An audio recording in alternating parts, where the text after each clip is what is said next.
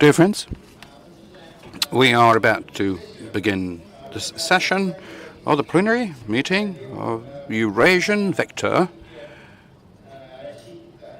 in the Russian-Chinese policy, and I will just share with you two thoughts. Of course, our relations are absolutely brilliant right now. I mean, there are certain difficulties, but there was one difficulty that wasn't mentioned, which is in Russia, when finally we started pivoting towards the east. We have been pivoting and pivoting for a long time, and then many didn't want to pivot and were saying that nothing will come out of it. And when eventually we started pivoting, first because we've been able to accumulate the necessary intellectual and political inertia, the economic one is still to come, and secondly because predictably the relations with the West worsened, and here immediately in Russia voices were being heard that the Chinese brothers are not helping us and they really want to undermine us, as if the Chinese within just 12 months were supposed to pump us with a lot of money in investments, although the investment environment here was exactly the same as about 18 or 24 months before that. So this was quite a normal response, and we simply needed to take into account the fact that such work requires lengthy and systemic effort. And my second thought is about a broader context of the interaction between Russia and China. Recently, Vladimir Putin, in one of his speeches, said that principally speaking, one has to try and establish the common space between ASEAN, Russia, India, China, and at the expert level. This concept is called creation of a greater Eurasia. And the fact that until right now we haven't, or just about starting to identify in our relationships this bigger and lengthier target, to a certain extent was holding us back, and together with our partners we need to think what is it that we need to aspire to. And so hopefully I believe that this session would help us make a step towards something that I would describe as creating the strategic depth in the relations between Russia and China. Well, it is a very appropriate session today, and Igor MORGULOV is going to open it, who we all know, and we are sincerely admiring his work, not only because he's an effective and successful diplomat, but also ended up being in the most prospective area in politics. Thank you very much, Sergey Alexandrovich. I would believe that I should comment on one of these comments. This is the prospective area in politics that I ended up being 35 years ago. And I would like to say that essentially whenever I hear about Russia's pivoting towards the east, I'm always emphasizing that our pivot into the east began not 2 or 3 years ago, but significantly before that. If we are to talk about the contemporary Russian Federation, modern Russian Federation, just look at the figures, dialogue and partnership with ASEAN countries, which have just celebrated its anniversary in Sochi, 20-year anniversary. Our agreement and treaties with China was signed back in 2001, and this year we are celebrating its 15th anniversary, etc., etc. Just remember, when Russia joined Asia-Pacific treaties and other Asia-Pacific centric forums. That was the 90s of the previous century. So, of course, in Asia, we were going in there during the recent, at least during the past decade, definitely. But the fact that during the past 2-3 years, because of known circumstances, this has intensified itself. This is something that's hard to argue against. I would also like to say that I am extremely happy to be able to speak at this conference for a second year in a row. Indeed, this is becoming a very reputable venue for an open and very sincere discussion of the way to promote our strategic and comprehensive partnership with China. But speaking about the subject matter of this session, then of course the contemporary phase of the modern development, as our minister noted in the morning, is characterized by very intense and in-depth changes in all the walks of life. Simultaneously, with the strengthening of interdependence between different nations, there happens the redistribution of the global economic and political influence, and so quite evidently, our bigger, greater Eurasian, I actually have to say that Sergey Alexandrovich is the author of this term, because this is what I first read in his works, this greater Eurasia. It was not left aside from the processes that are currently underway the world over. So right now, the key issue is what kind of forms this new regional and, generally speaking, the global world order is going to attire, and how one should eliminate those negative processes which are made salient by a growing competition between the global powers. And we're convinced that the reliable solution to the existing problems is exclusively possible upon the quality open cooperation between all of the participants of the international affairs, as well as the various unions that revolve around it. This kind of interaction should be based upon the principle of taking into account mutual interest, looking for compromises, a complete lack of any influential, forceful position. This is a basic principle, and our minister this morning described it as democratic principles. And I absolutely subscribe to what he said. Now, speaking about integration, undoubtedly the main project to us is the Eurasian Economic Union. I believe it is going to be quite appropriate to say that this project has already established itself as an effective institution which consistently strengthens its positions within the international affairs systems. The strength of Eurasian, and this is the old name that we are all used to, within the basic rationale of its development is maximum transparency for the sake of dialogue and equal cooperation with all of the interested stakeholders. So consequently, the priority task for this union to establish in our continent a transparent, inclusive economic system called upon to ensure and provide for the interest of all the participants, big and small, strong and weak ones, to facilitate social and economic development and improve the well-being of all of the nations and peoples without any exceptions. In other words, in this institution, and the one that we want to construct as a greater Eurasia, nobody is supposed to dictate anything to anybody. Nobody should take on the unilateral right in this islands of oval offices of any other geometrically shaped offices to dictate the rules to either be those, the trading rules, behavioral rules, or any other sort of rules.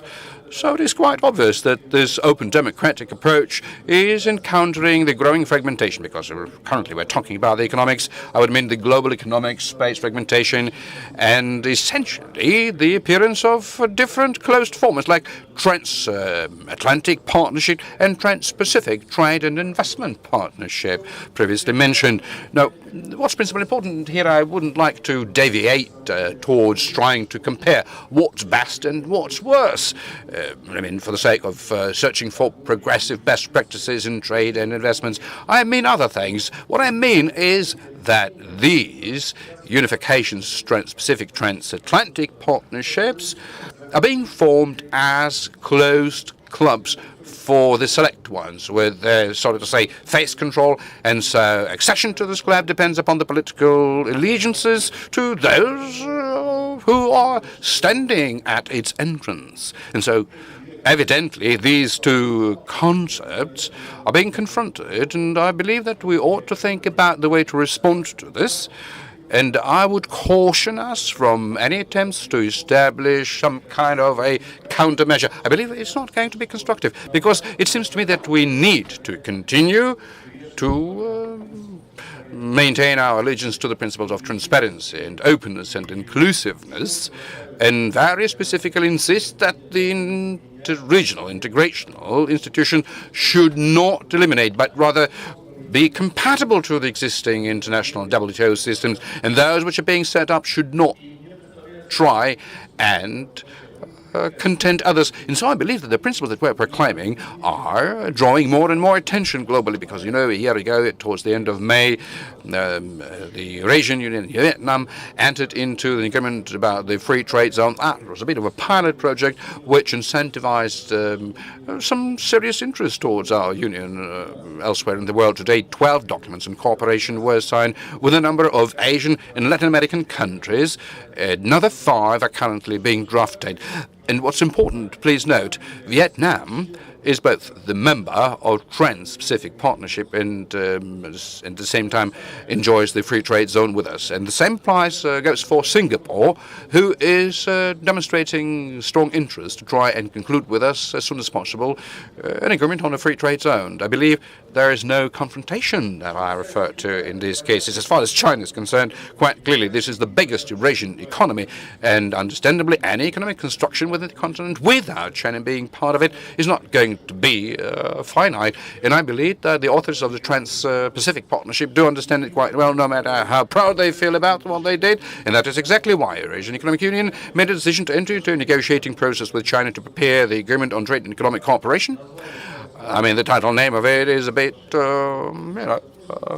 tasteless, but this is a very serious document indeed, because here we're talking about a very much advanced kind of a treaty on economic partnership, which would have a very comprehensive nature to it, with the possibility to achieve the free trade zone capability from the very beginning. And I believe that in the media we heard news that today in Astana, during the Eurasian Economic Union Heads of State, proposals were endorsed on a coordinated position by the Eurasian Union economic countries to start negotiations with China. So essentially this is the process that is already underway. Alongside with it, there is the second process being developed, and I would describe it as a bit of an infrastructural track of our cooperation with China, and that is exactly what we're trying to do to bring together, the projects of Eurasian Economic Development and the Silk Road project. This is the initiative which was voiced last year by our leaders, and it was supported by all the partners in this union. And so we act on the premise that its implementation, along with the Chinese project of the Marine Silk Route, our project of the Northern Naval Route, may create the multiplier effect and open up the future for entering into this broad economic cooperation that Sergey Alexandrovich mentioned. Now, within the format of Russia-China work, and this is what it is currently going through, on the Russian side it is being coordinated by the first deputy chairman of the Russian government, Igor Shuvalov. On the Chinese side, first deputy chairman of the Zhang Gaoli. And I remember that Sergey Alexandrovich for quite some time insisted that the level of coordination of this work should be raised higher. No, don't take it as an offense. Yes, no, simply because before that the deputy ministers were doing it. As a result, we were able to really raise the level of coordination. And most importantly is that at this venue it was possible already to develop the mechanism for selecting prospective investment projects, which specifically also makes it possible to be passed through an assessment by the Advisory Business Council. And so 60 projects so far have been selected, and the most top priority ones are going to be included into the first phase of implementation. And it was yesterday that the deputy chairman of the Russian government, Arkady Dvorkovich, discussed with the vice premier of China, Zhang Gaoli, in Sochi. And the Chinese side has already received respective proposals in the area of the development of transportation, energy, agriculture, industry. Understandably, the key criteria for the economic viability and the level of preparation of various logistical, financial, and other significant aspects. So quite naturally, there are many things that we should still agree about, but we're just in the very beginning of this, and we ought to agree about the system for effective promotion of capital investments and developing the mechanisms for additional guarantees for investments. It is important to try and raise very effectively necessary funding. Thank God we currently have this opportunity, because in our region we've had a lot of financial institutions set up: Eurasian Development Bank, the Silk Road Foundation, the Asian Bank for Infrastructural Investments, the new Bank for the Development of BRICS, etc., etc.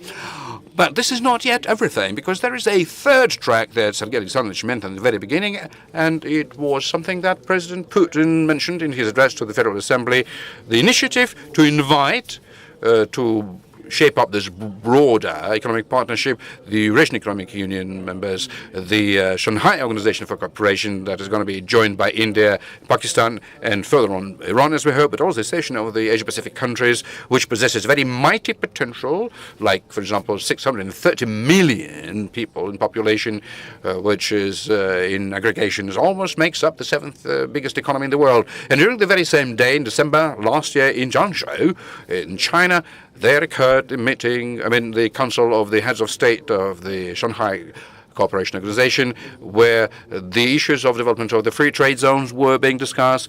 SOC is the Kazakh initiative, which is resounding this idea of a broad economic partnership in between ASEAN, Eurasian Economic Community, and SCO. Apart from that, in March in Moscow, the ministers of economy met China, Kazakhstan, India, Tajikistan and Kyrgyzstan, signing a respective statement to the same effect.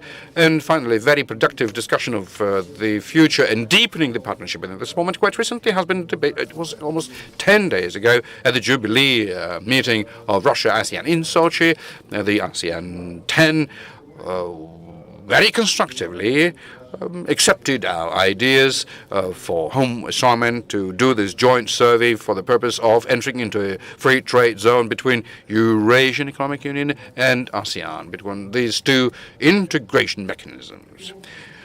In this way, currently, there is a tripartisan construction for the development of the integration processes within the greater Eurasia. Negotiations between Eurasian Union and China, bringing together the Silk Road project and the further development of the Eurasian Economic Union and the implementation of this broad initiative, partnership, ASEAN, Eurasian Economic Union. I believe that all of these three tracks will create a very powerful synergy, laying the foundation for building this common economic space with the participation of Russia, China, and our partners in the Eurasian Economic Union, the Shanghai Cooperation Organization, including such powerful economies as Indian, Iranian.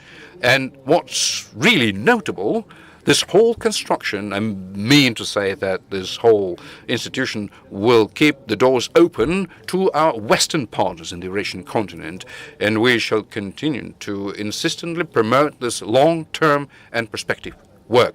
Thank you very much, Igor Vladimirovich.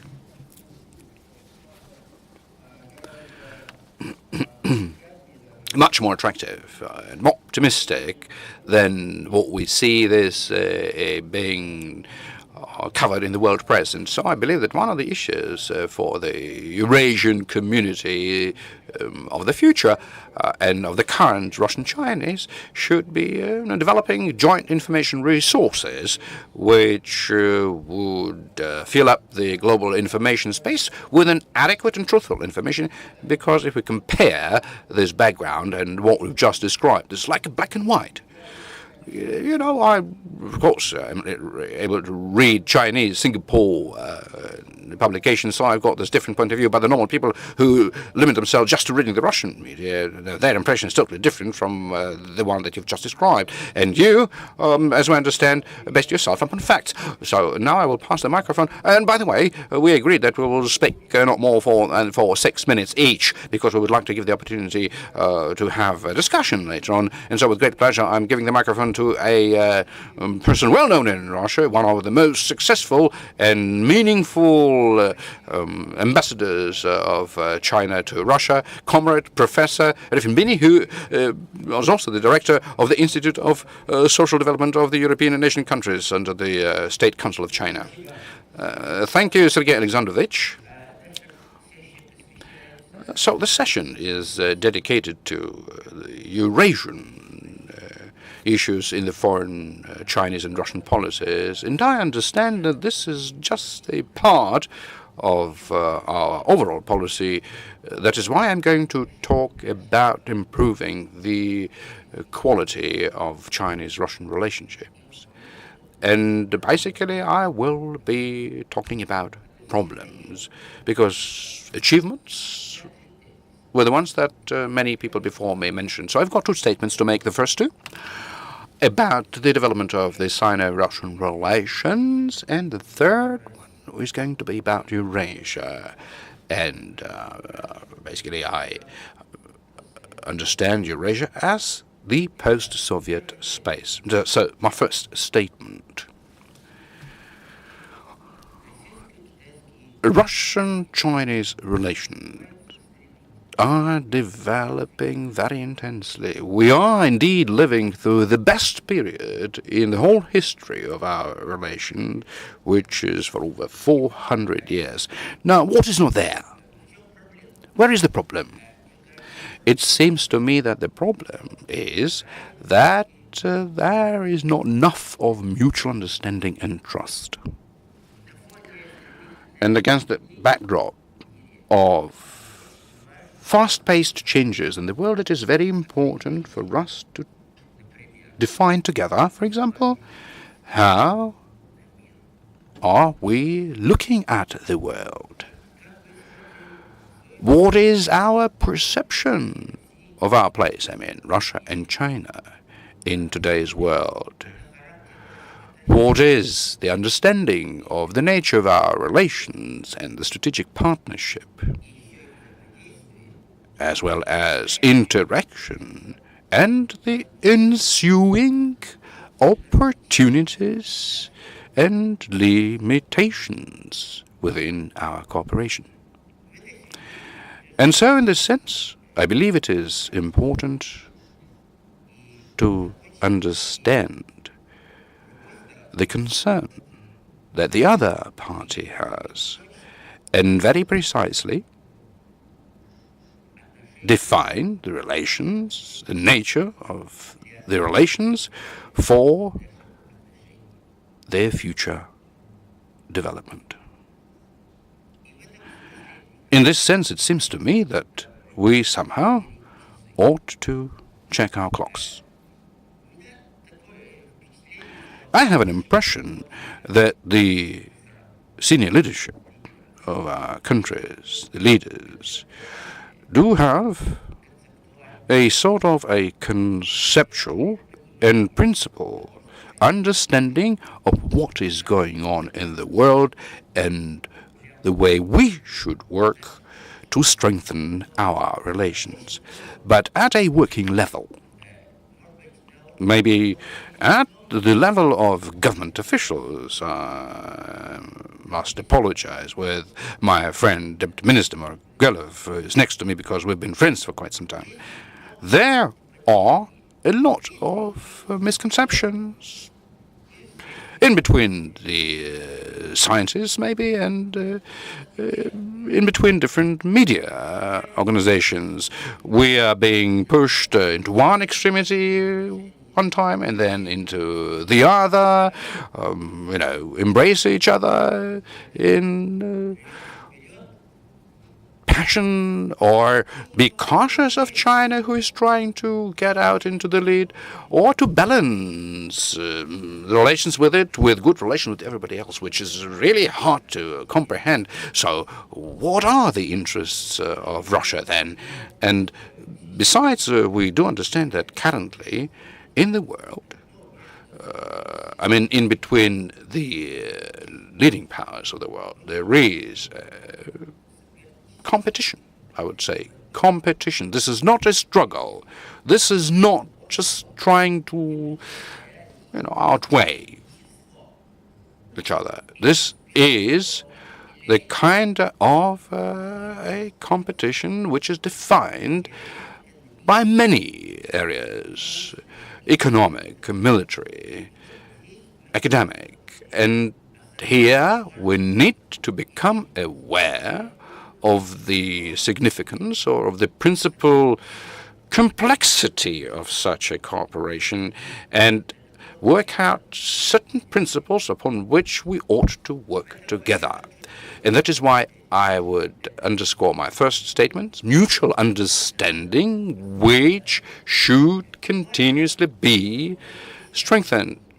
It doesn't matter that we've got different approaches, quite understandably. Such big countries with such rich traditions and culture cannot but have the kind of a monolith unity as used to be the word of vogue back in the Soviet days. There are different approaches, but what's important is for these different approaches not to turn themselves into contradictions. This is my first statement. Now, the second one. strengthening of our relations, to raise them to a new level. In a practical sense, it seems to me that one should change the model of cooperation, change the model. In other words, a transition from the government domination or planning towards the market mechanism initiatives, from the big government domination in the business like Gazprom, Rosneft, the likes, to the initiative by the small and medium businesses, so that the market could ultimately start working normally. This is the most important thing, I believe. In practical ways, there are a lot of examples. For example, Gazprom. This is the monopoly. We've got good cooperation in the energy industry, but Gazprom, just look. We have concluded a great treaty, and all over the world people are saying that this is the project of the century, 400 billion. We will build a gas pipeline, but the construction is not going on. Or if it is going very slowly. And at the same time, Gazprom is playing hide and seek with us. It is telling us, let's now do the second pipeline, the western one. So Gazprom was basically, running in between these two projects for the past 20 years. But the first line has to be built. Otherwise, Gazprom is saying, no, look, the Chinese are difficult negotiators. Well, Gazprom is not an easier one. It's not about the price. The price of gas is linked to oil, and that is the Russian idea. So one has to understand it in such a way that the resources have ceased to be an instrument in the hands of politicians or diplomats. You have to understand it, because currently it's the fight for the market, and one has to understand that the Northeastern Asia, including China, I am convinced, in about 10 years will remain the only reliable consumers of the Russian resources. So don't just drag your feet. You should start energetically working, and you should expand this energy cooperation in order to create the added value chain, both in terms of production and exploration, and the marketing of products and technological exchange, etc., rather than just buy or sell, as is the case right now. So in this sense, I believe that we ought to think about how to change this model, to discover the source of initiative, to let the companies do something. Because look, China and Russia, they are great powers, and each country has its advantages, pluses and minuses. So we need to prosper in our advantages so that we could work together with only one objective in mind.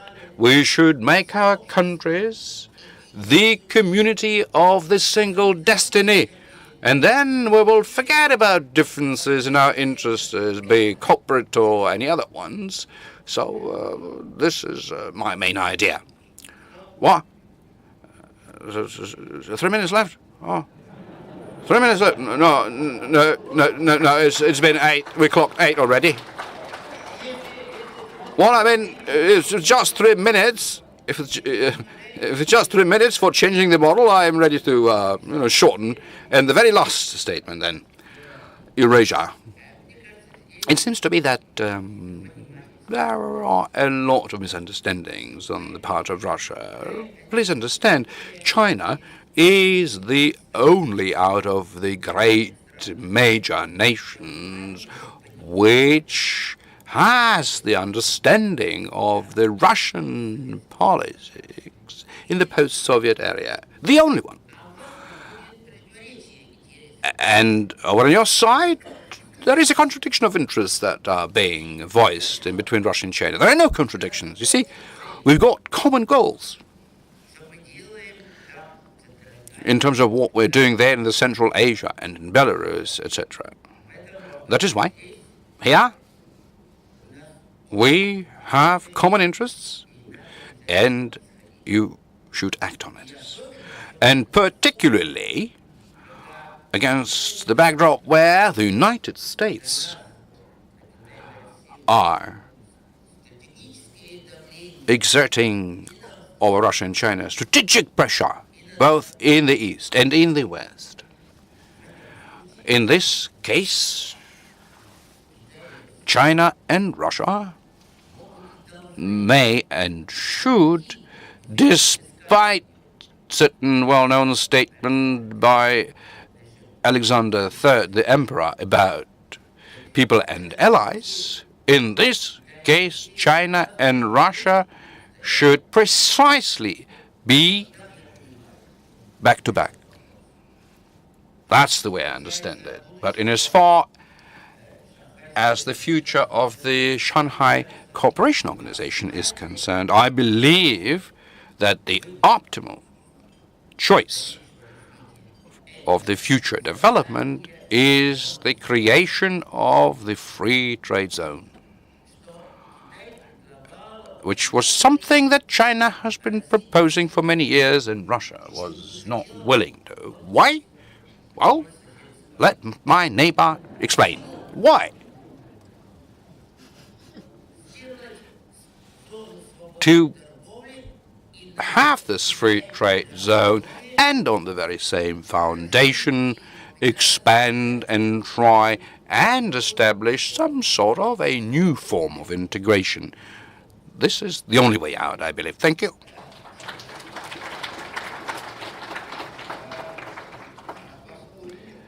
Ambassador Li is an excellent example of the fruitfulness of the Russian-Chinese relations.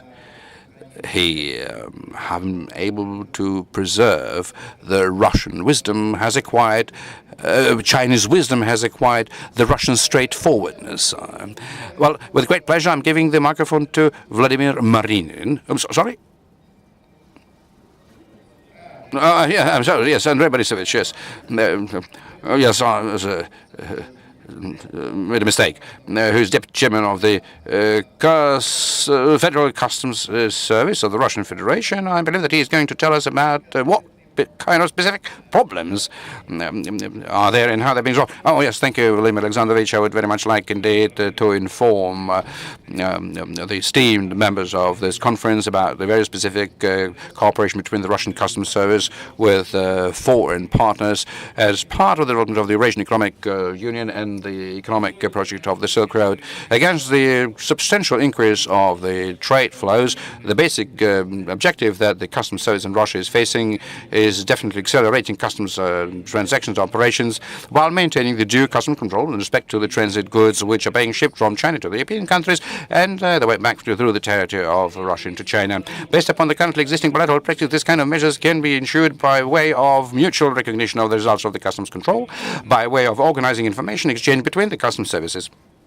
It is necessary, however, to note that work done by the customs services in Russia to develop the Eurasian Economic Union and the Economic Silk Road Belt project does come out of beyond the framework of the bilateral Chinese-Russian cooperation, has a comprehensive nature, and requires that the colleagues from the customs services within the Eurasian Economic Union, I believe in the first place Belarus and Kazakhstan, as well as Mongolia and a number of countries in the European Union, for the purpose of achieving the maximum effective interaction between the customs services, which are engaged in ensuring the functioning for the function of the Silk Road project, is necessary to work out and identify a joint position for the customs services of the member countries, for the purpose of unification of the data that they make available to each other by developing the uniform requirements with respect to the clearance of transportation means and goods. And this is the kind of work that we're currently doing in many ways. For example, in the beginning of 2015-2016, the customs services of Russia, China, Kazakhstan, and Finland started work to simplify customs procedures with respect to the transit of the finished goods towards China through Eurasian Economic Union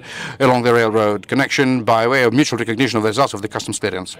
This project is related to the launching in 2015 of one of the biggest companies in Finland, Stora Enso Oy, which is a logistical arrangement for the supplies of their products. I'm talking about the forestry and lumber products from the Finnish Republic into China. The previous products which were transported to China by marine routes now are transported by railroads, because of which the Finnish-Chinese size position this project is one of the components of the Silk Road development. The multilateral project for the mutual recognition of the results of the customs clearance calls for the following arrangement. The customs in Russia would receive from the Finnish customs the information about the results of the customs clearance at the checkpoint from the Finnish side, on the basis of which the recurring measures of the customs control in Russia are not going to take place, which would enable to accelerate the transit of product towards the destination and shorten it by at minimum 1 day, because currently it's the average 7-8 days. So it happens that these particular measures would enable to considerably reduce transportation costs of the companies involved in this. This information about the transit data will be given to the customs service in Kazakhstan and China, where customs clearance is not going to take place either. This is the kind of experiment we're currently working together with the customs services and the railroads in China, Kazakhstan and Finland, so as to come up with a multilateral treaty on mutual recognition of such kind of a customs clearance. It is necessary to also note that Finland is not the only European country which is interested in strengthening cooperation with the customs services in Russia and China within the Silk Road project. Also, in the course of meeting between the customs services in the Russian Financial Administration of the Slovakian Republic and meetings taking place between the customs representatives between China and Belarus, the Slovakian party stated its intention to have this cooperation as part of the Eurasian Economic Union development and Silk Road connection, which is in the first place explained by the fact that Slovakia currently is one of the basic countries for the destination of the Chinese products which are being shipped into Europe through the Russian territory. At the same time, Slovakia is trying to position its territory as a logistical hub for the goods entering into the European Union as part of this project, and propose the following route for the shipment of the Chinese products into the Russian-Slovakian territory, as well as to the territory of the partner countries within the Eurasian Economic Union. As far as the road is concerned, this proposition by Slovakians to consider the option China, Belarus, Russia, Slovakia, Poland and other European countries. And as far as the marine route is concerned, then this is from China through the Black Sea, Danube River and into the European countries. Currently at this particular point there are considerations for run experiments for mutual recognition of the results of the customs clearance with respect to the goods which are being transported by railroad vehicles. In June this year, in Bratislava, under the aegis of the Minister of Finance of Slovakia, there is also a plan to hold a meeting between the heads of the customs service of China, Russia, Slovakia, Kazakhstan, dedicated to the issues of future cooperation within the Silk Road project. The third area of cooperation between the customs services of the Russian Federation with overseas partners in bringing together this effort in developing further the Silk Road project and the Eurasian Economic Union is a tripartite cooperation with the customs services with China and Mongolia as part of the intergovernmental memorandum signed previously. In this particular case, we are talking about further developing the Silk Road project along with the European Union development and the Mongolian steppe way in order to simplify the transit of goods which will be passing through Mongolia. In between us and the colleagues from the Mongolian and Chinese customs representatives, there's a special working group, and in May this year in Ulaanbaatar we were able to come up with a concerted and agreed protocol that will be signed during the meeting of the heads of state of SCO in Tashkent. In case the proposed model for the simplification of the customs procedures is accepted as part of the development of the Eurasian Economic Union and the Silk Road, the customs cooperation, I believe, is going to attain a new quality level, and without doubt will create a new impetus to the development of the trading and transiting through each other territories. Thank you very much for your attention. Thank you very much. Now, with great pleasure, I am giving the floor to Mrs. Lo Yan. She is the head of the Chinese Engineering Corporation and also represents the real business. So let's hear what she thinks about the current processes. Thank you. First of all, great many thanks to the chair.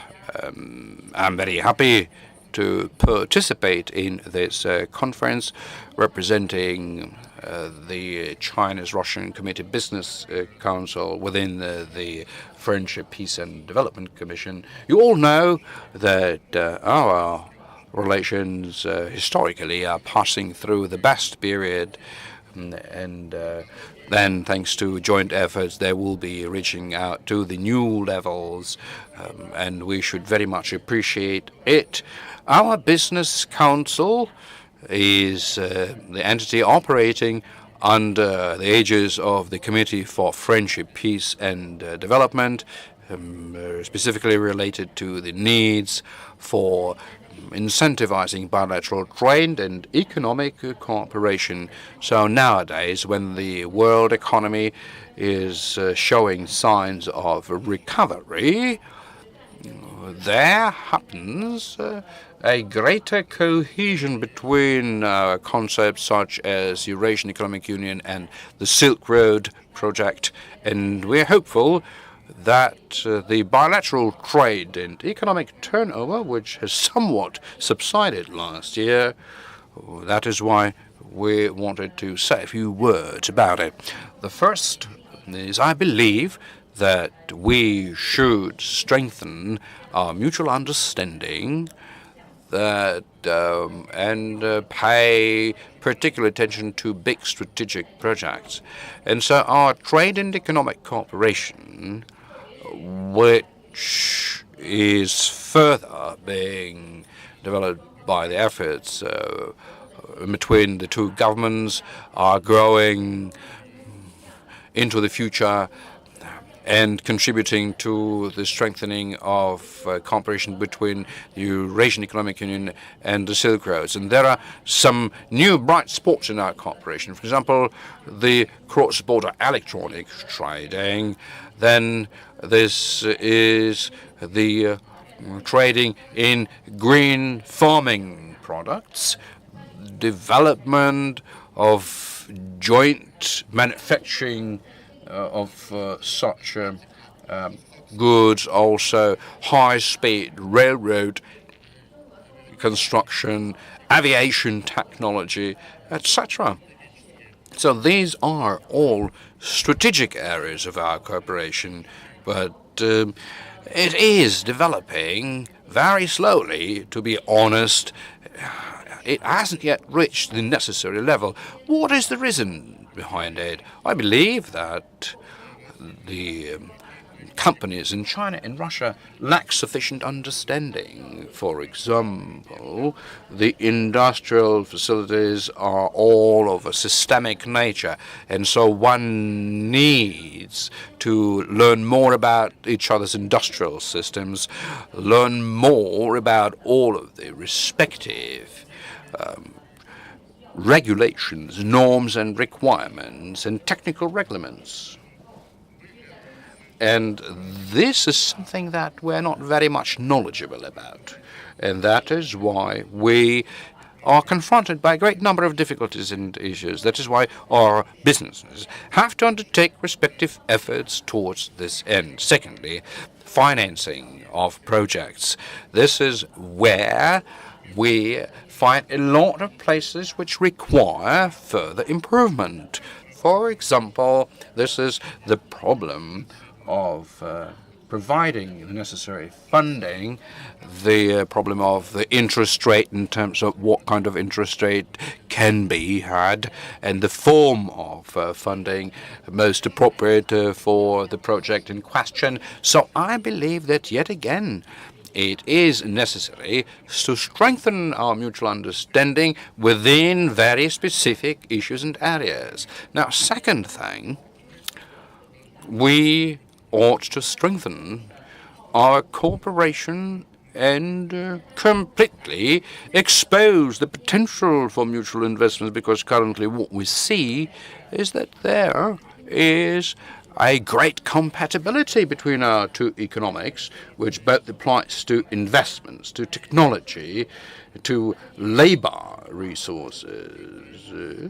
So this kind of mutual dependence is indeed there and will remain for many years to come. That is why it is important to have a platform whereupon we could join our advantages, including in the area of the future cooperation. And our Business Council exists under the aegis of the Friendship, Peace and Development Committee, and it can play exactly this kind of a role. It is necessary to say that amongst the leading businesses in the area of Russo-Chinese relations aren't too many. And so we hope that many more businesses will join our ranks in order for them to be able to use the best of things that this platform can offer. And it could involve many diverse decisions, for example, developing industrial parks and the specific seats for research and development, as well as setting up consortia for the development of specific joint projects. Now, the third thing that I wanted to speak about is deepening of Chinese-Russian relations in the area of forestry and farming, and utilizing new forms for this. I would like to make a particular emphasis upon it because this is the area where we see this mutual compatibility. On the one hand, there are Russian resources. On the other hand, there is a big Chinese market. And that is exactly where it is possible to tap into this huge potential in our relationships and develop it along new form. So how are we to add our advantages together so that it could produce a multiplier effect? And what kind of outcome should be, or a product of this process, so that it could sell well in the Chinese market as well as in the Northeast and Southeastern Asia? So far, the export of lumber that Russia is doing in terms of the added value is obviously not sufficient. So it is necessary to export ready-made products which will be in strong demand in China. So in this sense, our potential is very huge. But one has to undertake efforts in order to reach it in the development and the reformation of the foreign trading system in this sense, in such a way so as to have the cooperation between us create greater attention amongst the governments of the countries who could help us, the industry representatives, overcome many a difficulty on this path. Thank you very much for your attention. Thank you very much, Mrs. Loy.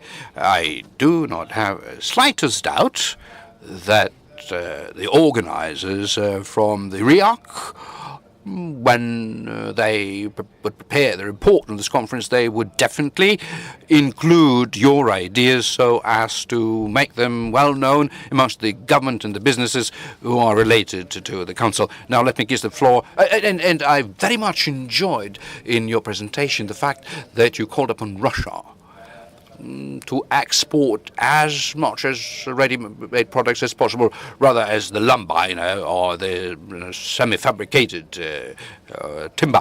So this is a very joyous appeal. Particularly, it is a great pleasure for me to hear it from a Chinese expert, because I do remember how many years, several years ago, when the Russians were insisting that we do not want to sell our forest or unprocessed lumber that had some difficulties to it. But now it is obvious that we're switching over to a new level of understanding. So right now, I will give the floor to Alexander Misharin, the minister, the governor, and now the first deputy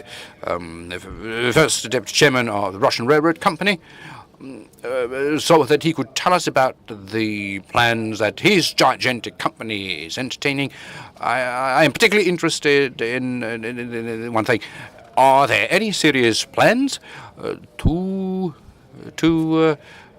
establish this vertical links between Russia and China, between Russia and other Eurasian countries, because up till now, in a natural way, the majority of our transportation routes have been developed from east to the west or from the west to the east, while certainly the north-south bound service maybe in the future could be more prospective as reform. Thank you. Dear participants, I would like to briefly touch upon Russia-China cooperation in the area of railways. The major areas of this cooperation, the cooperation between our companies, include the development of international transport corridors, passenger traffic, cargo traffic, as well as the implementation of joint projects, the modernization of infrastructure, development of high-speed railway transport. On the whole, certain results have already been achieved. Over the 4 months this year, cargo traffic between the two countries grew by 14%, reaching 20 million tons.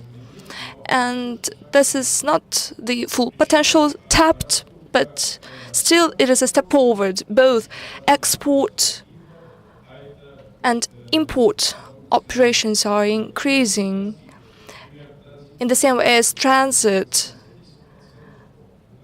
that grows. Last year it grew by 70% as a result of the implementation of schemes that were presented to you by my colleague from the Federal Customs Service. It is also the result of the cooperation between the two states through the establishment of the VTLK company and joint agreement signed with our Chinese friends. This year, transit is going to increase double-fold as a result of measures aimed at fostering trade ties between Russia and China and countries from Europe and Asia. We are going to develop such ports of China as Incheon, which is forming not only the flows from the coast, which is also a part of logistics center in the Moscow region, the transport and logistics center of international transport corridors being developed of Primoria 1 and Primoria 2. For 15 years, these initiatives were discussed, and only today concrete fruit has been born, and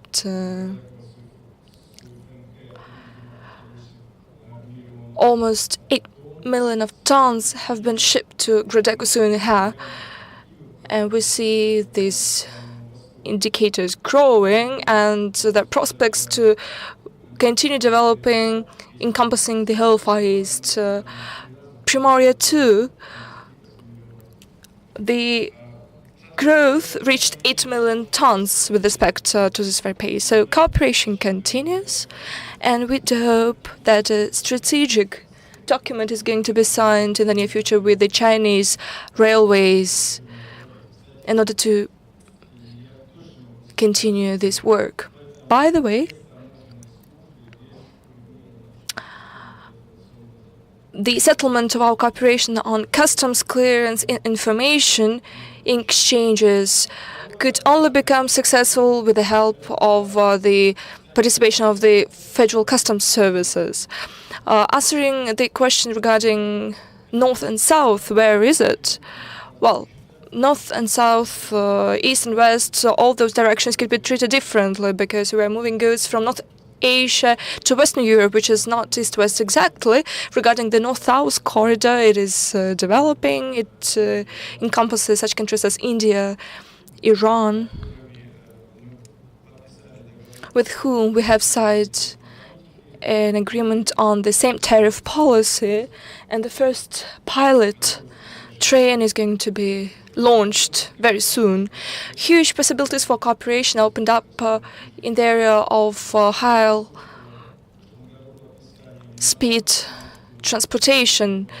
Last year, the Committee of Reforms and Development and the Chinese Railways, together the Ministry of Transport of the Russian Federation and Russian Railways, signed a memorandum on the implementation of the Eurasian high-speed transport corridor Moscow-Beijing, which has become a part of the program aimed at the development of the Silk Road Economic Belt Initiative.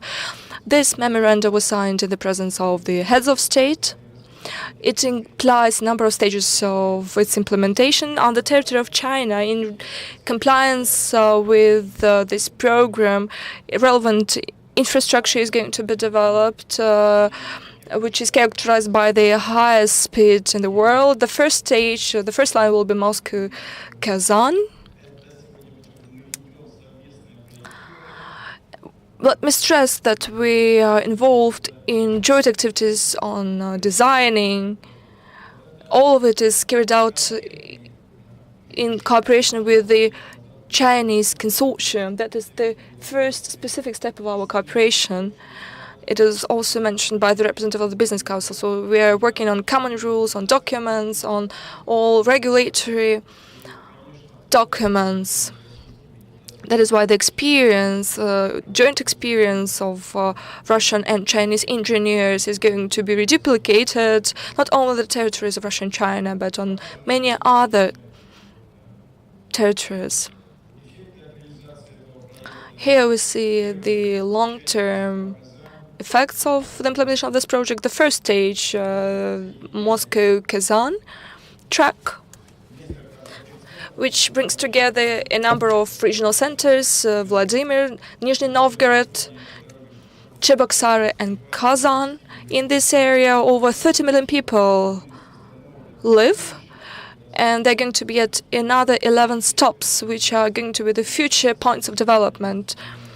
So, over first 10 years of its operation, the revenues would amount to 11 million rubles, and these projects could be flagships of our cooperation. Please turn to the next slide, because here you can see the tasks for our and areas for our future cooperation. Railroads, infrastructure, electricity supply, machinery production, construction technologies, and many other areas. These are the promising areas for the future joint ventures to be established. All of these areas are all interconnected into one important project. I believe the implementation of this project would play a very important integration role aimed at the alignment of the Eurasian Economic Union and the Silk Road Economic Belt Initiative. I thank you for your attention. Thank you very much for quite an optimistic presentation. Now the floor will be given to Mr. Kadishnik. He is a Vice Director for Research of the Russian Foreign Trade Academy. The floor is yours. Thank you very much. Good day. First of all, I would like to thank Mr. Ivanov and the Russian International Affairs Council for an invitation, because this event is a good opportunity to revisit our relations with China, taking stock of the achievements, and it is a good opportunity to outline future priorities. Speaking about the cooperation between business communities of the two countries, business communities are more concerned with real things being implemented on the ground or commitments made by the governments as a result of various negotiations. That is why I would like to discuss the possible future agreement both Russia and China should head to. So why is this agreement so much needed? Well, it has been mentioned today that right now we have reached a very favorable stage in the development of cooperation between Russia and China. This situation is going to evolve. All of us do hope that it's going to be for the better, although it's going to be impacted by the development of relations between Russia and the EU countries, or maybe by some other developments related to the cooperation between developed and developing countries. In this context, the increased trade volumes and which is actually since 2010, when China's share in Russian export is over 5%, and now it was over 5%, and now it's almost 8%. It should be affixed by mutual commitments in order to make these processes long-standing ones. There is yet another trend. According to which, in 2015, capital started to go back to developed countries. In this context, business communities working in Russia and in China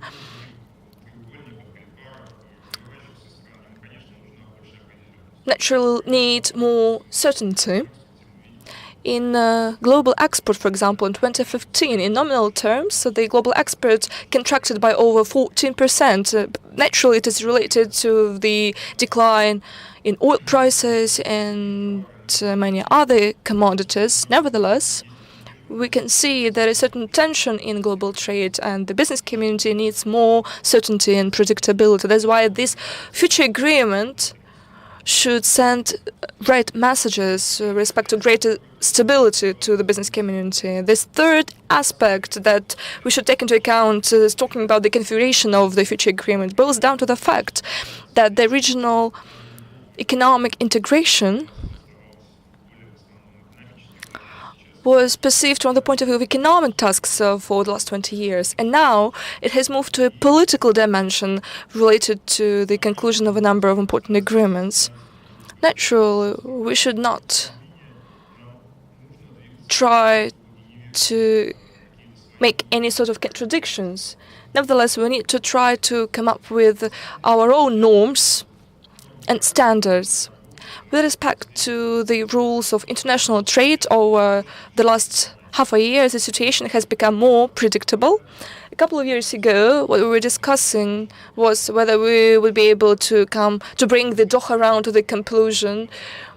There were a number of tracks with respect to global partnerships, Trans-Pacific Partnership, Transatlantic investment partnership. Now the situation is much more certain because we can see that there is no progress with respect to the WTO, and for the first time at the latest meeting of the trade ministers, they even failed to agree upon a joint statement on the WTO. So we see that everything is moving in the direction of free trade areas.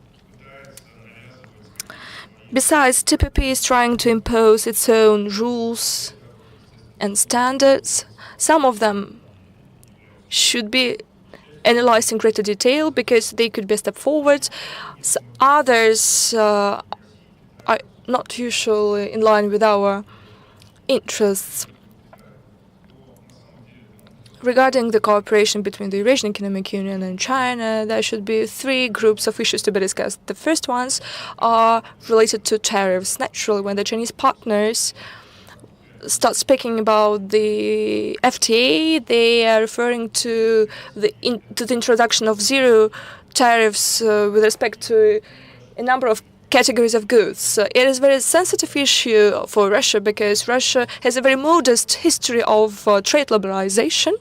Besides, other members of the Eurasian Economic Union are very cautious about this proposal, which means that not only these issues are sensitive for us, they also affect many other aspects of our cooperation. We would be ready for that. We're moving gradually to that. We are removing barriers in the Eurasian Economic Union. However, introducing zero tariffs with China would be a very drastic step, and we need to prepare well enough for it. That would require additional discussions, assessments. We need to work on that in greater detail. It is obvious that China is going to win from it.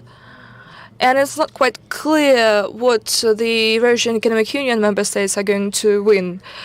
We have our interests in the area of food industry, machinery, chemistry, and many others, but still all of these processes are to be well elaborated upon. If we fail to reach an agreement on the introduction of zero tariffs, it is high time to start negotiating with China on the issues not related to the preferential agreement, issues which not violate the WTO norms and most favored nations regime.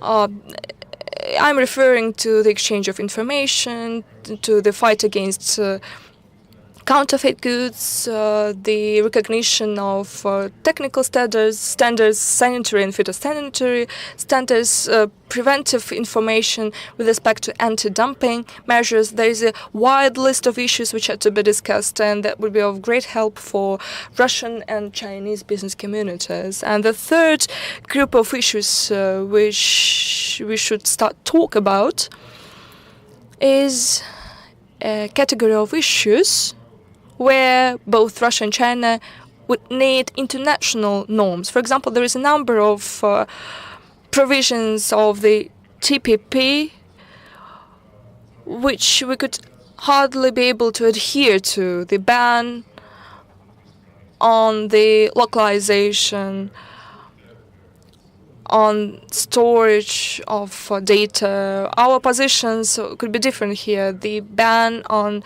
traffic limitations, again, yet another very important issue which should be discussed because it might be related to the national security issues.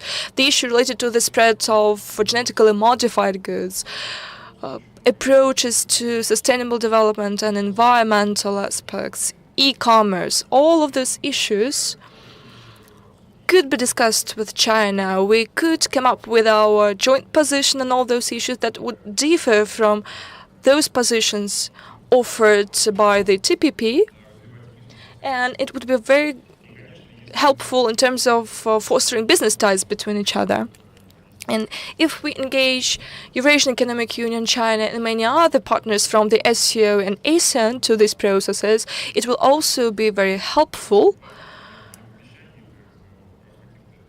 in terms of not giving lip service, but rather assuming concrete commitments. Thank you very much for a very informative presentation. You managed to answer the question related to the establishment of an FTA posed by our Chinese friends. We could answer positively to that question, but first we need to reduce the exchange rate of ruble. We need to wait for the time when dollar price will be over $170, and other than that would be a good prerequisite for us to establish such a zone, such an area. But at the same time, you've managed rightly that all our bilateral agreements in the area of trade should meet a wider context, the one we discussed at the beginning of our session. Now I'd like to give the floor to our old friend and partner, Viktor Larin. He came here from Vladivostok. He is director of the Institute of History, Archaeology and Ethnography of the Far Eastern Peoples of the Russian Academy of Sciences. I believe he always has his peculiar view on our relations.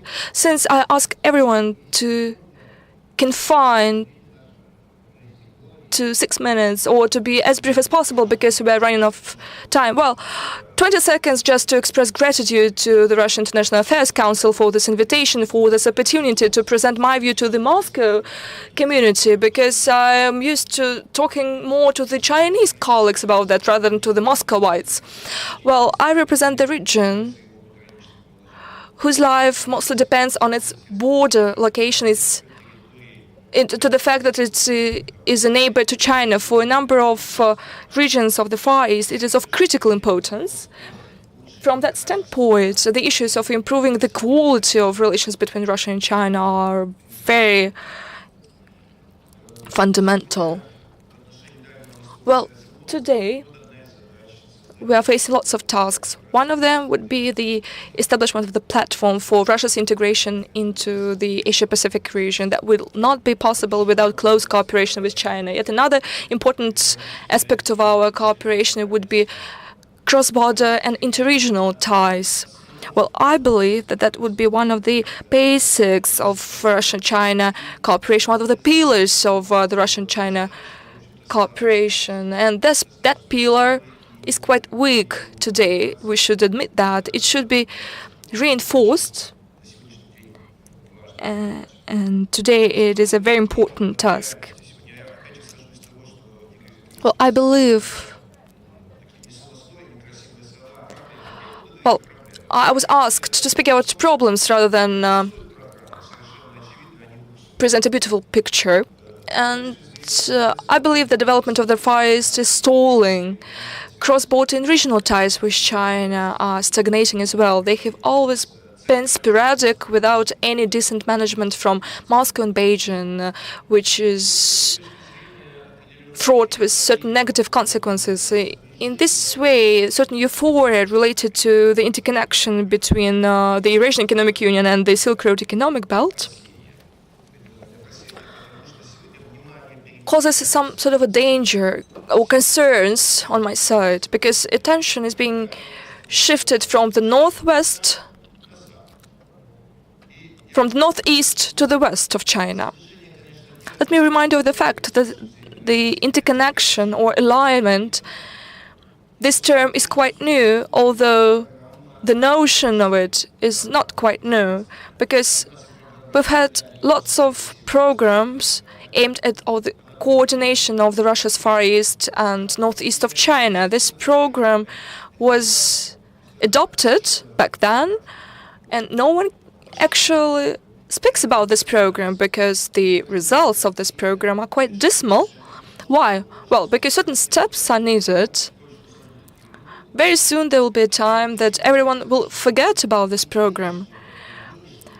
What I want is for the current alignment processes not to have the same destiny. The idea is very good, but this idea should be properly analyzed and worked upon. There is a political decision today authorized by the top leaders. However, it should be accompanied by strenuous, constant work on the ground. Going back to the northeastern part of Greater Asia, which is of particular interest for me, I would like to say that if we to speak about inequality of relations between Russia and China, a focus should be made on the development of this very region. It is a vast territory, not the territory of the Russia's Far East only, but it is also the territory of North and Northeastern China. The Heilongjiang province, which made a stake on its cooperation with Russia, this province is one of last in terms of economic development to China. Once again, it is a message indicating that not everything is that good in our relations with China. Today, northeastern provinces of China are trying to extend the Silk Road economic belt to their territory and then to Russian ports. As you've heard today, Primoria 1, Primoria 2, that is an attempt to use the Silk Road Economic Belt initiative to address the problem the Chinese leadership fails to address for decades, to bring its landlocked provinces to the borders of the Pacific Ocean. I hope that these challenges will be addressed because it will be of benefit for everyone. But today, the Ministry of the Far East Development is trying to come up with new instruments for the development of the Far East.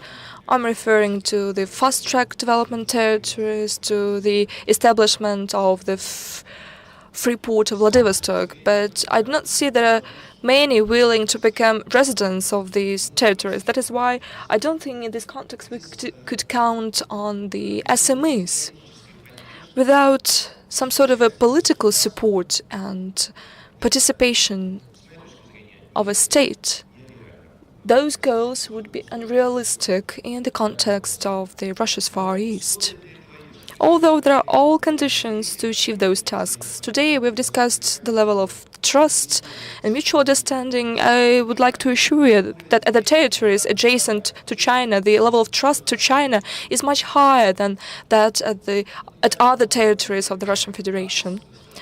Recently, we've conducted a poll in Magadan, Blagoveshchensk, and Vladivostok. We've conducted this survey asking experts with what territories they're willing to continue their cooperation. 86% stand for China. That is their aspiration. But in order to make it a reality, a lot is to be done. And yet another very important aspect, which is the need to come up with a large-scale project. There is even a separate program on the development of such an international project.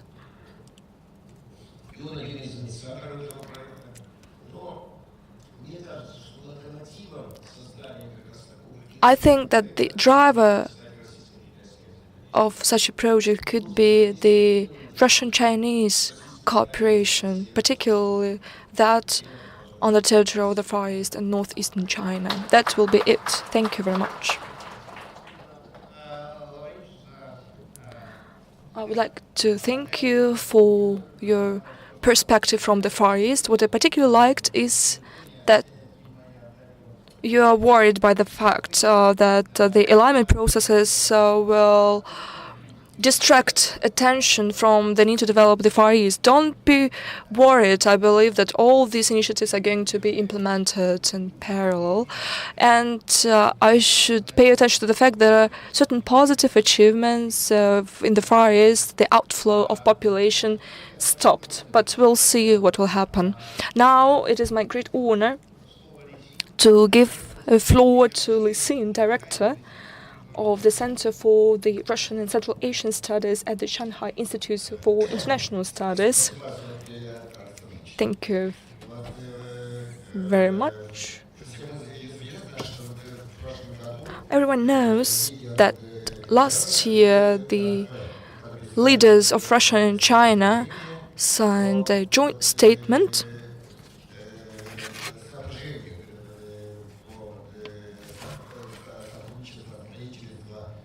on the alignment of the Eurasian Economic Union and the Silk Road Economic Belt. And now I'd like to turn to my presentation.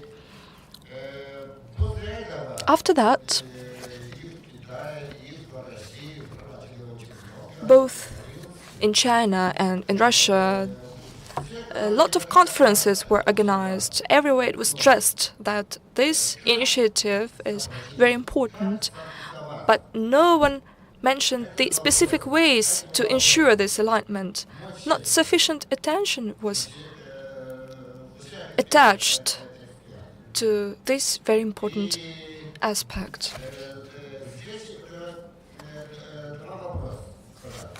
And here, two questions can be asked.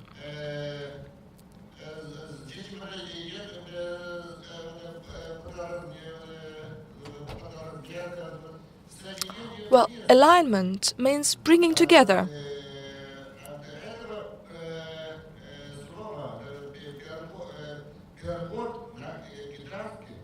And this term is interpreted into Chinese as coupling. And coupling means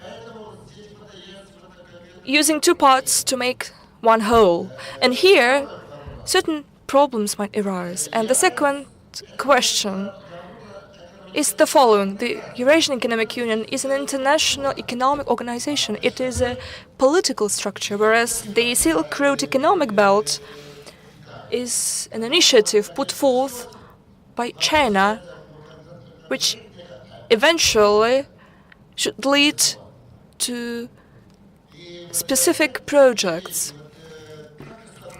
That is why we need to try to answer these two questions: how to ensure this alignment, take into account this very important aspect. And here, huge work is to be made by experts. Over the last year, the SO Academy of International Research established a scientific group aimed at studying the ways to ensure alignment between the Eurasian Economic Union and the Silk Road Economic Belt. We believe that the SCO could be a platform for the alignment of the Silk Road Economic Belt initiative with the Eurasian Economic Union, with the purpose to establish a common economic space throughout the Eurasian continent. SCO means 6 member states, 6 observers, and 6 dialogue partners. So altogether, it encompasses 18 countries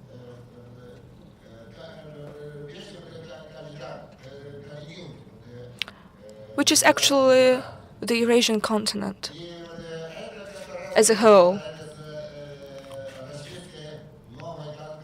And it is full compliance with the Russian concept of Greater Eurasia, which has gone well beyond the frameworks of the former USSR.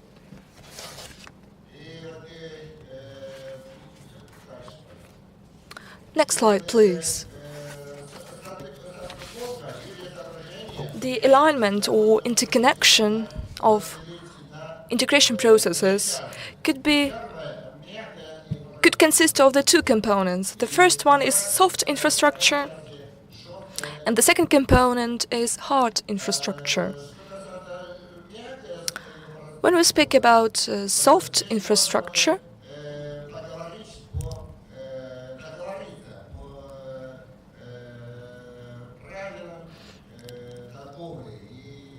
an agreement could be reached with respect to the rule of trade and standards of technologies, as well as the issue of an FTA could be raised in relation to soft infrastructure. Mr. Putin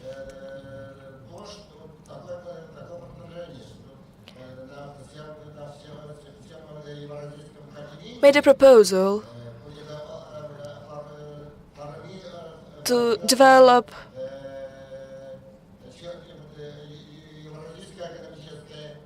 a Eurasian economic space at the Eurasian continent.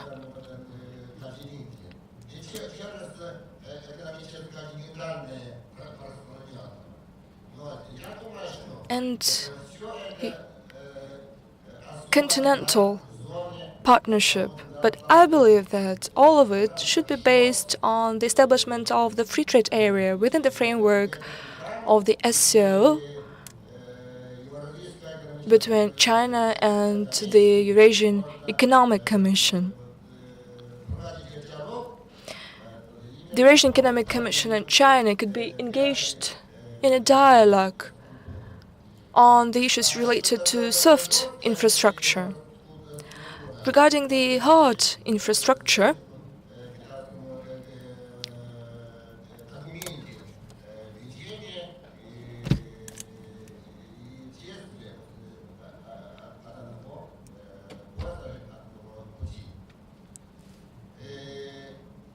here a lot is related to the concrete projects that are to be implemented within the framework of the alignment of the Silk Road Economic Belt and the Eurasian Economic Union.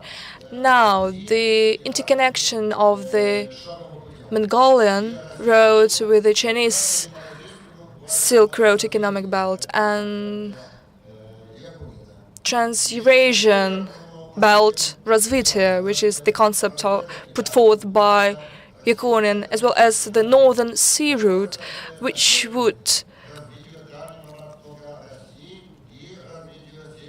establish the China-Mongolia-Russia economic corridor and is in compliance with the development of the task Russia is facing in terms of the development of the Far East, the China is facing from the terms of the development of its Northeast. It would also drive economic cooperation in Northeast Asia with Japan and Korea. With this, within the framework of this one corridor, there could be 5 components, 5 economic corridors that would form a common economic space at the Eurasian continent.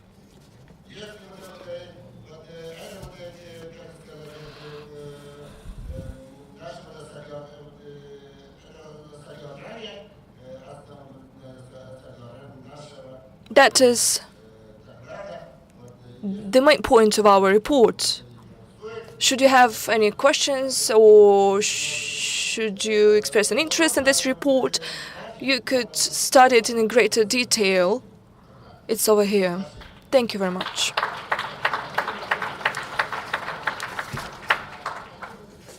Thank you very much, Mr. Lee, for your structured presentation. I do hope that our organizers from the Russian International Affairs Council is going to be published and circulated, because this report is well done and it leaves no work to other researchers. Now I would like to give floor to Mr. Lisavolik, our prominent economist. He is a chief economist at the Eurasian Development Bank. For me, he is an example of Russia's pivot to the east. For many years he was an economist in the Deutsche Bank, and now he is a chief economist in the Eurasian Development Bank. That is the pivot to the east at play, so to say. But we do hope that he will bring with him his connections and his experience from Europe into Asia. And let me stress once again that this integration project, the Eurasian project, should not be aimed against the western part of the greater Eurasian subcontinent. That would contradict common sense and the Russian tradition, because we've always been pulling Europe to Asia, and now we're going to bring Asia to Europe. Well, thank you very much. I would like to thank the Russian International Affairs Council for an invitation to take part in this conference.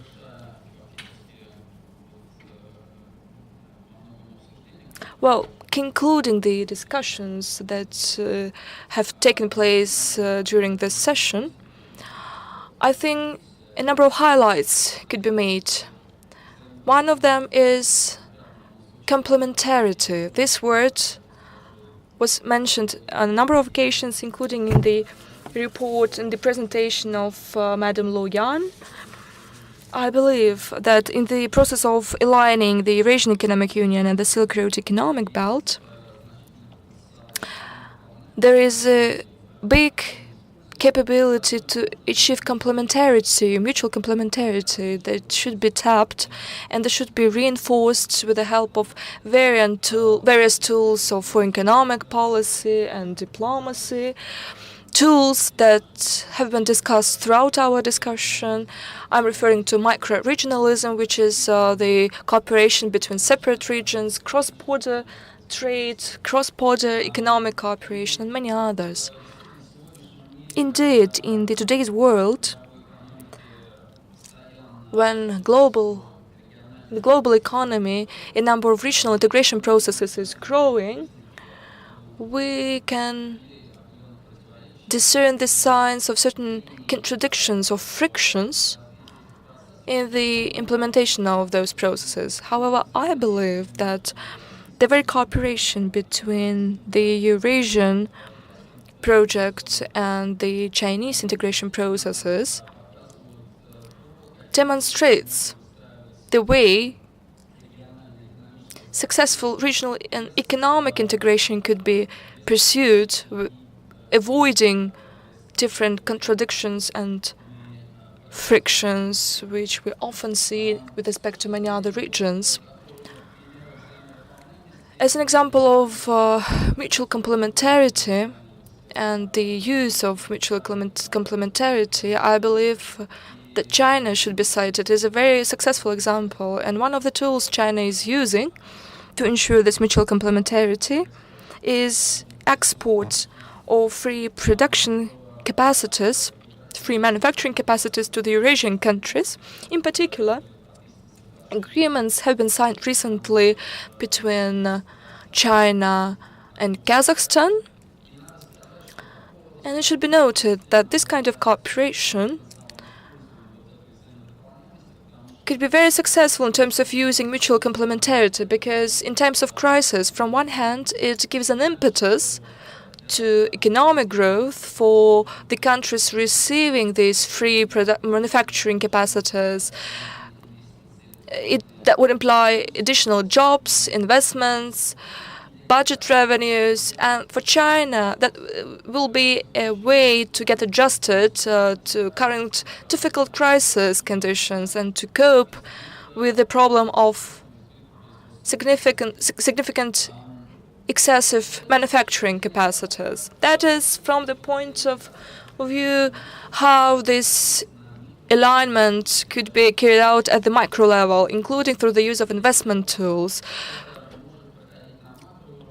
Regarding the macro level, it could be stated for sure that the Chinese project drives integration at the Eurasian space, including for the Eurasian Economic Union, which is a very positive factor of further integration within the framework of the Eurasian Economic Union, because the more unified and standardized rules at the Eurasian space are from the point of view of trade and investments, the greater the capabilities of our integration groupings is. It should also be stated that the Silk Road Economic Belt Initiative is an important momentum for the development of economic cooperation both with Europe and with the West. In this context, the greater weight the Eurasian Economic Union has, the more other counterparts are losing from failing to cooperate economically with our integration alliances, because in this way they lose investment and trade flows. Right now, between the Eurasian Economic Union and the European Union, there is almost non-cooperation. And in order to develop this kind of cooperation, more agreements and more alliances are needed between the Eurasian Economic Union and other counterparts in order to drive greater cooperation in the West. It has also been mentioned that in the East, certain results could be achieved as a result of these alignment processes. Naturally, the natural continuation of these integration processes is cooperation with the ASEAN countries, and from the way the triangle, the SCO, ASEAN, and Eurasian Economic Union is going to function, a lot will depend, and that's the question that should be addressed to our diplomatic agencies, because here a lot of innovations could be used, and this mega grouping is going to evolve, and the question is whether it could give a decent answer to the TPP, for example. Maybe in that kind of cooperation there will not be any specific mandatory rules or standards. Only time will show, but already now we can see that the approach that's going to be developed within the framework of this triangle is going to be different, and probably is going to be even more competitive in certain aspects compared to trans-Pacific and transatlantic partnerships. In the conclusion, let me briefly touch upon the role of the Eurasian Development Bank that is being played and will be played in these integration processes. Well, first of all, we are going to closely cooperate with our partners. I'm referring to international financial organizations in terms of co-financing infrastructure projects. Here, our key partners with whom we are going to work are the BRICS Bank and RB. There is also a constructive cooperation that has been developed with the Asian Development Bank. We have agreed to come to an agreement to the value of over $3 billion in terms of financing joint infrastructure projects. So this cooperation, I would believe, would be very instrumental for the alignment between the Eurasian Economic Union and the Silk Road Economic Belt. Well, thank you very much for your remarks. I believe in that way we've come to the conclusion. I remind you of the fact that at the very beginning it was mentioned that the space that is being involved is not going to be a closed one, it is going to be an open one. We wouldn't want to have yet another block against anyone. Let others do that, and we already know what the results of those attempts would be.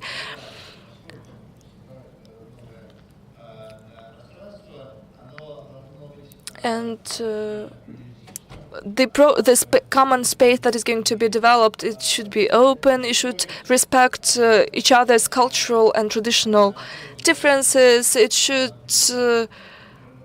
hinge on the best international practice. Here, with this, I'm coming to an end of our discussions. I would like to give the floor to Mr. Timofeyev, who would briefly tell us about the results of expert discussions, which I believe was dedicated to the same very issues. And that will be the end. I beg my pardon. I'm sorry I could not insist strictly on the time limits, because each of the speakers raised very interesting points.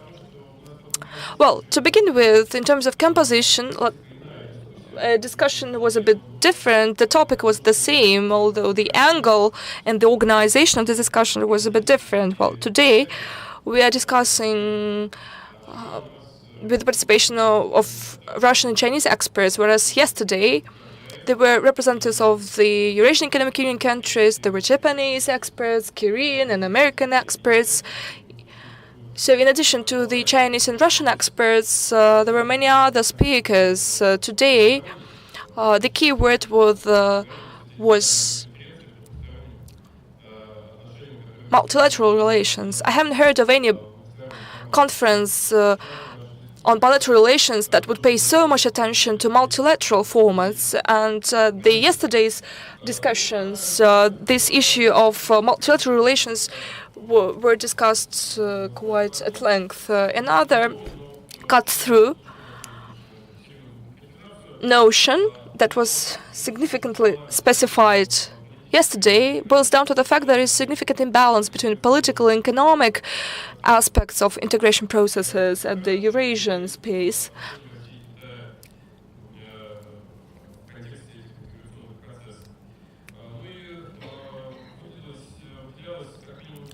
At least two factors were named related to such an imbalance. By the way, there is no tragedy in it, as it was observed by our participants. It is clear that political declarations and political decisions are made at much faster pace than large-scale infrastructure projects being developed. A number of regions, these projects might be implemented for decades because they would imply huge efforts, huge work, and that is why there is nothing strange about the fact that overnight there have been developed big roads or railroads and so on and so forth. So yesterday it was mentioned that the integration processes were impacted by reduced energy resources prices and commodity prices, by unfavorable economic situation as a whole. It was impacted by the changes, economic changes in China. And related to the impact of crisis on the integration processes, there were two views expressed. One view, according to one view, this economic crisis would slow down integration. According to the second view, the integration process is the only way to get out of the current economic crisis. That is why the integration processes are going to be stepped up. Right now, we are discussing these projects, the large-scale projects, as initiatives that have been implemented already, although there's going to be huge work done in terms of the development of common spaces and common markets. If we to speak about the Eurasian Economic Union, it might relate to the development of common infrastructure.